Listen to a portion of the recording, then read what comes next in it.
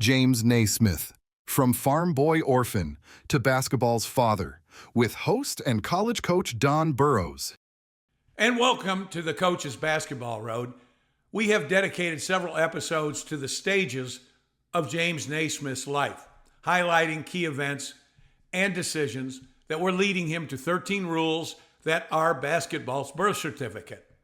This is a compilation of those stories, arranging his journey in order so you can experience his full story at once chronologically. Plus, it's enhanced with fresh illustrations and visuals, otherwise known as B-roll. So here now, episode number 32. From farm boy orphan to basketball's father. Chapter 1, The Road to Springfield. Creating games was not his first passion. Like any life road taken, there were twists, sharp turns, forks in his life road. He had to navigate challenging obstacles to his ultimate calling. James Naismith was born in 1861 in Almonte, Ontario, Canada. It's a river town, a village, about 1,500. Naismith was born into working on a farm. His sporting activities, that of an outdoorsman. Ice skating in a climate where rivers were frozen most of the year. Hunting, fishing, swimming. Canoeing in the vast wilderness of Canada. At age 9, his road takes a dreadful detour. In a 4-month period, his mother, father, and 68-year-old grandfather all died. He, sister, and brother have to move to their grandmother's home. 3 years later, she dies. Annie, his older sister by 3 years, who he revered, becomes the matriarch of the family, while Naismith and his younger brother Robert must provide. The Naismith brothers get work at a lumber camp in the deep woods, cutting trees, preparing logs. A dangerous job where many were injured, and worker backgrounds were sketchy because of, among other things, alcohol abuse. It was here that James and his little brother vowed to never touch alcohol. He misses his high school years.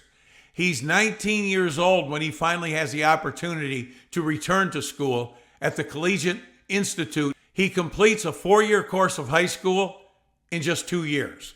In 1883, he's 21 years old. He's accepted to McGill University in the biggest city that he's ever seen, Montreal. No matter his past jobs, he's always been intent on the ministry, fascinated for as long as he can remember with being the pastor who leads a flock. Encouraged enthusiastically through the years by the mother figure in his life, Annie. As a freshman, he engages in no extracurricular activities, no athletics. He feels it might hinder his theological progress. Until 2 upperclassmen, he knows only casually, visit him at his campus residence bearing some unique coaching. "Naismith, you spend too much time on the books. You're desk-bound, sitting around. You need physical activity. Join a team here." Naismith is negative, annoyed at the suggestion. Who gets scolded for studying too much in college? It's the first time he does something he initially did not want to do. It will happen again in 8 years and will benefit more than himself. As a sophomore, he heeds the advice. He joins a university team, becomes the starting center on the rugby football team. By his senior year, the freshman who would not come out to play excelled at lacrosse, soccer, gymnastics, football. He earned the university award given at the end of the year to its best scholar athlete. He had conceded sports was not a distraction. It enhanced his world and his grades, and he came to believe that sports could be a savior to others too. Saving souls didn't require a pulpit at a single church. It could occur through espousing clean mind and body in athletics, eat right, abstain from alcohol and tobacco, and get regular exercise. Don't be desk-bound. In the 21st century, fitness instructors say, don't be cell phone bound. In 1887, at age 25, he graduates, a BA in philosophy and physical fitness. But he continues his academic career studying ministry at Presbyterian College, which is a building located on the McGill campus. He studies there until age 29, when he encounters a life-altering crossroad. Naismith meets Dr. Luther Gulick. This is Dr. Gulick. He was a visionary in physical education. Gulick recognizes Naismith's unique combination of ministerial and athletic training. He offers Naismith the job of head of the physical education department at the Springfield, Massachusetts YMCA Training Center. But now he has to leave Montreal, has to leave the country he was born in, and he would have to leave the pulpit for good if he accepts this job. He consults with his sister Annie, at this point in his life, his closest friend in the world, his mentor. She's been his chief advocate for a lifetime. But on this topic, she is furious that he would consider making this change. He tries to explain. He wanted Annie's approval for her to understand that the pulpit served a small volume of souls. He would be preaching to an important but redundant and modest number of parishioners. He believed, I could be of more value, more service to more people, save more souls through athletics at the Y. Annie maintained her fury. She said he had committed to it and was now changing course, and for some leisure activities that were not the same as saving souls from the ordained pulpit. A devout Christian, she cites scripture. You put your hand on the plow and then turn back. Her biblical reference, Luke 9, verse 62. As Gulick and the Y training school wait for an answer, Naismith spent the day reflecting. He decided he was not turning his back on his faith. He was just traveling a different road to deliver the message.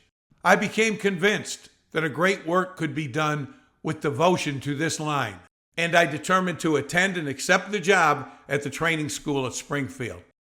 His choice to serve through sports rather than be ordained was never resolved with the person so important to him. Annie's view remained his departure from ministry was a betrayal of his faith. Family members have said she never attended any of his creation basketball games. Despite that family remorse, taking the road veering to Springfield was a decision Naismith would not regret. Chapter 2. Saving Souls Through the Y begins. He was one of the youngest on the training school faculty in 1890, but he is still playing football for the rugged Y team. He was a starter who played so aggressively, his teammate and player coach, the famed Amos Alonzo Stagg, told Naismith, Jim, I play you at center because you can do the meanest things in the most gentlemanly way. No accusations of soft coming from Stagg, who's in the middle with the ball, directly in front of Naismith, standing without his signature mustache at this point in his life. He likes the physical contact in sports. He's going to be known for being obsessed with a non-contact sport. But creating a game is not on his agenda. It's not even a thought, as he reports to a routine staff meeting that will be a turning point in his life. Chapter 3. The Faculty Meeting. It's early December, 1891. As Naismith enters the faculty meeting, usually a monotonous mandatory duty, but this morning he has walked smack into his destiny. The subject before his staff of colleagues from their boss, Superintendent Dr. Luther Gulick, was, how do we teach a phys ed class with 18 notorious young men? The winters are long and harsh in Springfield, Massachusetts, keeping restless, hyper college athletes, these were ages 18 to 22, pinned inside with few, if any, competitive adult indoor games to play in the 19th century. Naismith listened as the two teachers, who had both quit the class, spoke at the meeting of how it was an unruly group, not listening to instruction, an aggressive environment of high-strung, rowdy young men, always ready to tangle. Today's term probably would be a high testosterone group. One of the teachers said he had tried picnic games like adolescent potato sack races. The second teacher tried introductory gymnastics and military marching. Nothing works. It's a group of incorrigibles, said the teacher, labeling the class forever. But Naismith, he stood up and said, We are failing these students. It's not the students' fault. It's that we're not appealing to their interests. Imagine the probable anger, annoyance of the two teachers in the room listening to this. perhaps thinking, my own colleague has the audacity to think I'm a failure, and he says it in front of the boss? The awkward silence in the room was broken when Superintendent Gulick made a decision. Mr. Naismith, since you have inserted yourself into this problem with your remarks, you will take over this class. Naismith protested. I have no time for this class, too. He recited his packed schedule. He taught 6 classes in 1891: swimming, canoeing, boxing, wrestling, psychology, and Bible study. He saw this edition as an annoyance, an imposition.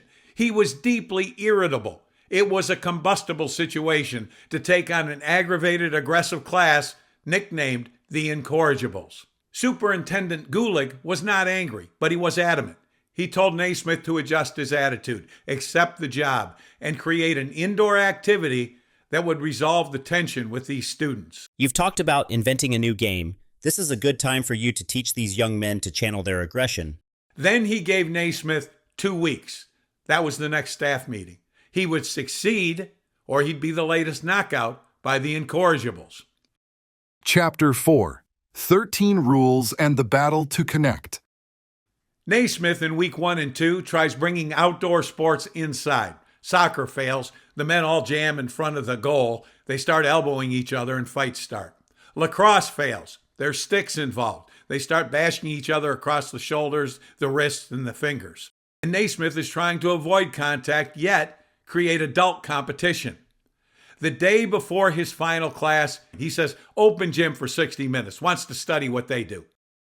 He's resigned to failure, dejected, pacing the stairs to his office, up and down, with the staff meeting the next day. How I hated the thought of going back to my colleagues admitting I too had failed. He's under severe peer pressure, but by his own doing. His 2 predecessors will be at that faculty meeting, likely hoping he too had capitulated. But at the 11th hour, Naismith says, I can still recall how I snapped my fingers and shouted, I've got it! His eureka moment: no running with the ball. If a player can't run, there's no physical attack. There's no violent tackling. And it eliminates mindless retaliation, too. This was one small element, but it seemed to unlock the framework of a game that had been marinating in his mind. It's all in his brain right now, but soon he will author 13 rules. His first 7 rules are designed to eliminate punishing contact and to control aggressiveness within the game. It's not until rule number 8 that he details how to score in the game. Naismith wrote, The invention of basketball was not an accident. It was developed to meet a need. The boys simply would not play drop the handkerchief.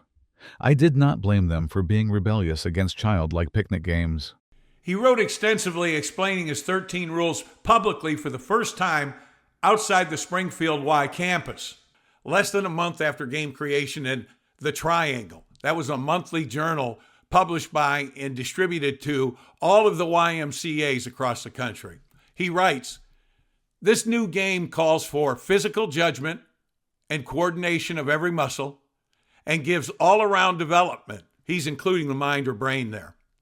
If men will not be gentlemen in their play, it is our place to encourage games that may be played gentlemanly but in a manly way and show them that science is superior to brute force with a disregard for the feelings of others.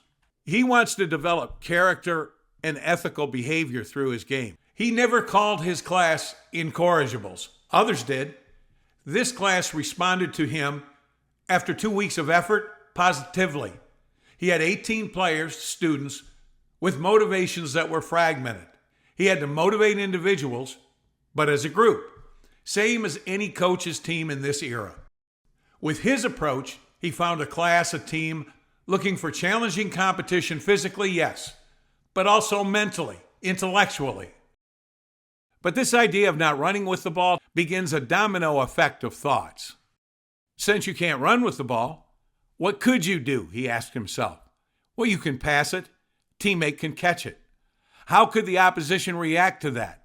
Not by physical force. He's experienced turbulent games in early weeks as he searched for his new game.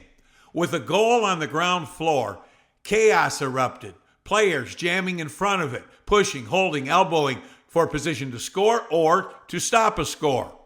But now with the baskets elevated, the scoring moved above the crowd, away from that scrum. Rule number 5, no shouldering, holding, pushing, striking, or tripping, meaning no tackling, pushing, or elbowing. The Incorrigibles would have to play this game outside their comfort zone of bodily force to learn teamwork and the skills of passing. What direction could they throw their pass? Football, which was a very popular sport of the era, there was no forward pass allowed until 1933. He decides in his game you can pass in any direction. He is 40 years ahead of the football forward pass. Could the defense intercept the pass? Yes, as long as there's no physical interference. Chapter 5. Game day dawns on the Y campus. When he arrived at the Y that morning of December 21st, he was still not sure of what ball to use, and class started in just a few hours.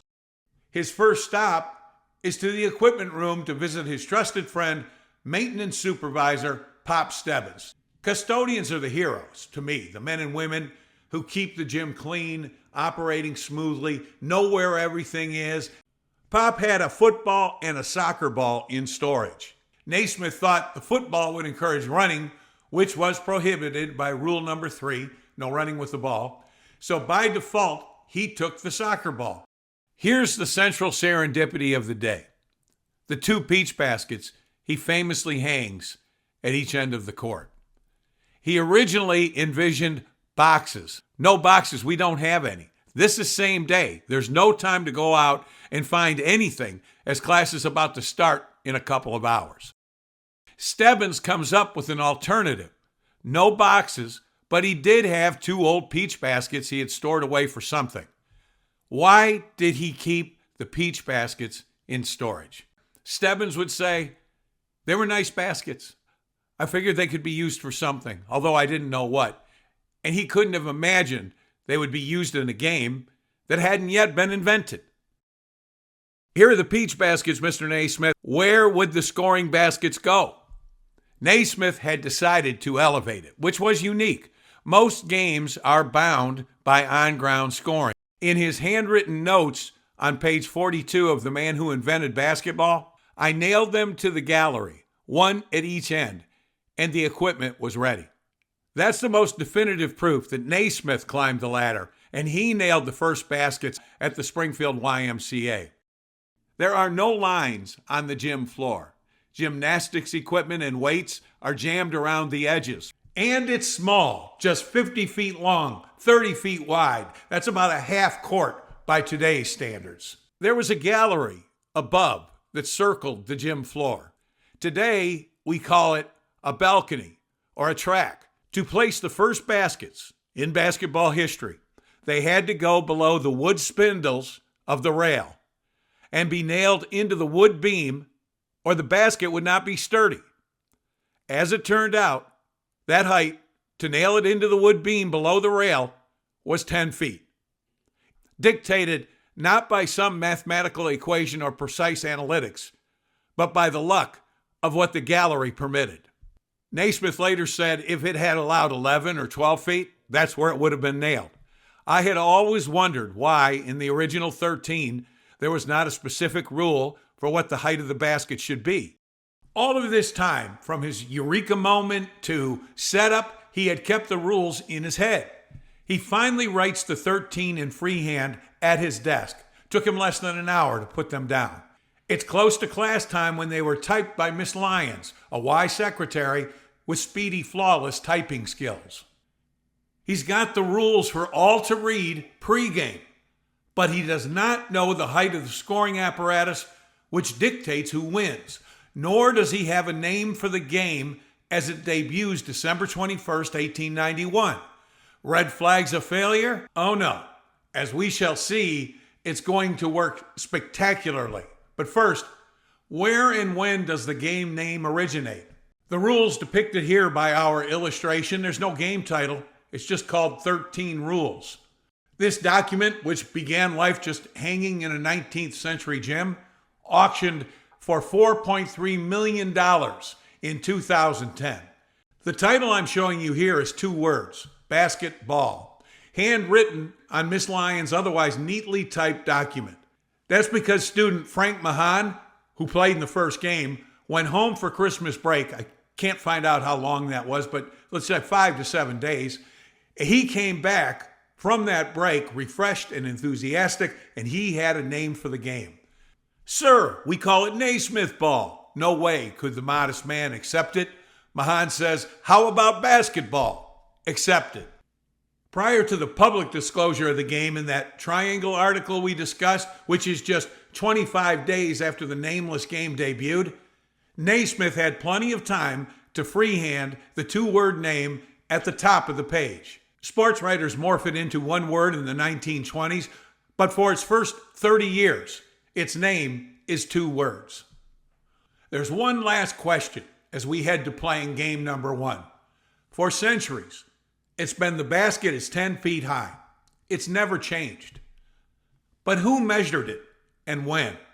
There wasn't time in the frantic setup before the class. I don't think anyone would know from eyeballing it just how high that beam on the gallery was. Naismith was nailing baskets at the most convenient place with some height. He's rushing because he still had to write the rules on paper for Miss Lyons. And there is no basket height listed in her professionally typed 13 rules. So who found out that it wasn't 8 feet or 11 and a half feet, that it was 10 feet?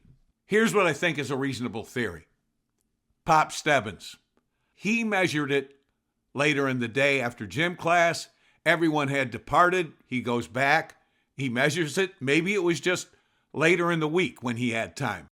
But measuring tapes have been in use since 1829, and they weren't expensive. Pop would have had to have something like this measuring tape among his tools, perhaps near where he stored the peach baskets. And he had to feel excited. He had to feel that he was a huge part of the day. The baskets, after all, were his idea. I say Pop measured, and he told Naismith basket height exactly 10 feet. A key component of the game legacy carried through the generations of the 19th, 20th, and now the 21st century. 11:30 a.m., the game about to begin. Naismith used a thumbtack to pin the typed rules to the bulletin board inside the gym. His class reviewed the brand new document of the unnamed game at 11:30 a.m. In his book, Origin and Development, he wrote, the game was a success from the first time the ball was tossed up. He had an opening jump, as we still do. And it was in, quote, full swing by noon. 18 players, they played 9-on-9. Rule number 12, 2 15-minute halves with a 5-minute halftime. Rule number 13, the team making the most goals in that time shall be declared the winner. The final score, 1-0. William Chase scored from 25 feet, 3-pointer today. At the end of the hour, the men don't rush out of the gym. They ask if they can stay and play longer. Naismith is elated, but not because he's invented a game for the world. It's a huge relief that at his faculty meeting later in the day, he will report he has not been run out of the gym. I could go to Superintendent Gulick and tell him I had put up, so I didn't have to shut up. Some luck that day, yes, but not to diminish that he has done 2 seemingly impossible things. Number 1, invent a game for the ages. He wasn't trying to do that. His objective was much smaller. He says, I felt this was a crucial moment in my life as it meant success or failure of my attempt to hold the interest of this class. In other words, connect with his class. That's number 2. Connect with a difficult class or team. All coaches know we need to connect. We need buy-in from players, maybe because it was part of the game's day one DNA. What if that class does not like the game, does not buy in? Maybe it ends right there with no name for the game, just dying an anonymous death in a mundane Springfield, Massachusetts gym.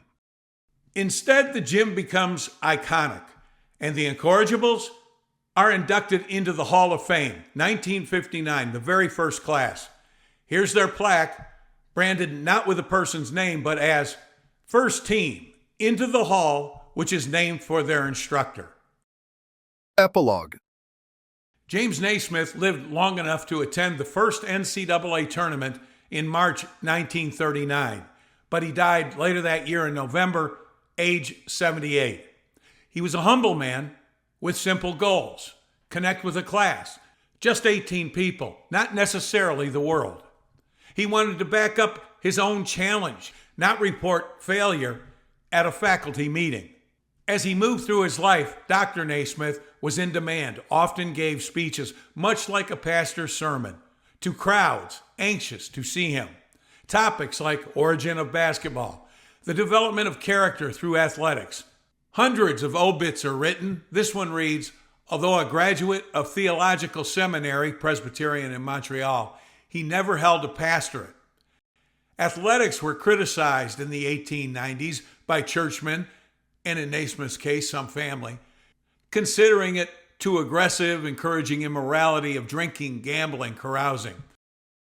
No matter today's moral landscape, these were strong principles of ministry elders of the era, and we know Naismith did not want to stand opposed to his church in any way at any time, not even to Annie.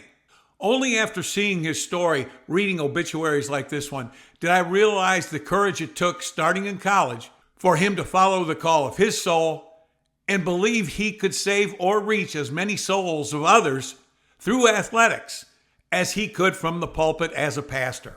He stood his ground. He proved his point. Reaching more than a flock, his movement went global. Basketball, he said, isn't just a game. It's a way of life. And you're on the coach's road, where basketball coaches travel along with passionate hoop enthusiasts. Please subscribe. Coach Burrows, over and out.